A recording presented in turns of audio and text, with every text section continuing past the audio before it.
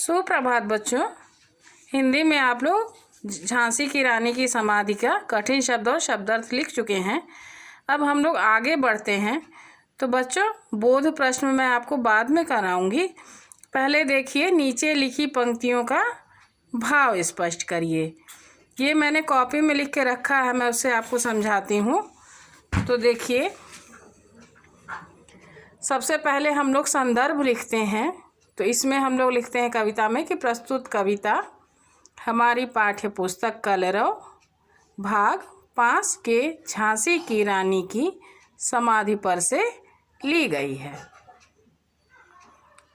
इस कविता की रचयिता सुभद्रा कुमारी चौहान जी हैं। संदर्भ में यह हम परिचय देते हैं कि ये कविता कहाँ से ली गई है, किस किताब से ली गई है और इसके लेखक या लेखिका कौन है।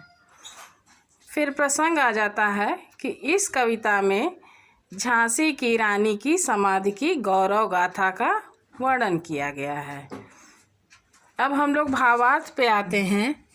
तो देखिए, भावार्थ इसमें ये दिया है, पर कवियों की अमर गिरा में इसकी अमिट कहानी स्नेह और श्रद्धा से गाती हैं वीरों की बानी। क है और ख है, बढ़ जाता है मान वीर का रण में बलि होने से, मूल्यवती होती सोने की भस्म यथा सोने से। तो हमने जो ये भावार्थ लिखा हुआ है, इसमें पहला शब्द और अंतिम शब्द लेकर के हम लोग लिखते हैं। तो देखिए, पर कवियों की से लेकर के वीरों की बानी तक। तो भावार्थ देखिए, श्रेष्ठ कवियों की अमर वाणी में रानी की समाधि का अलौकिक तथा अमिट वर्णन किया गया है, जो अमर है, जो कि कभी समाप्त नहीं हो सकता।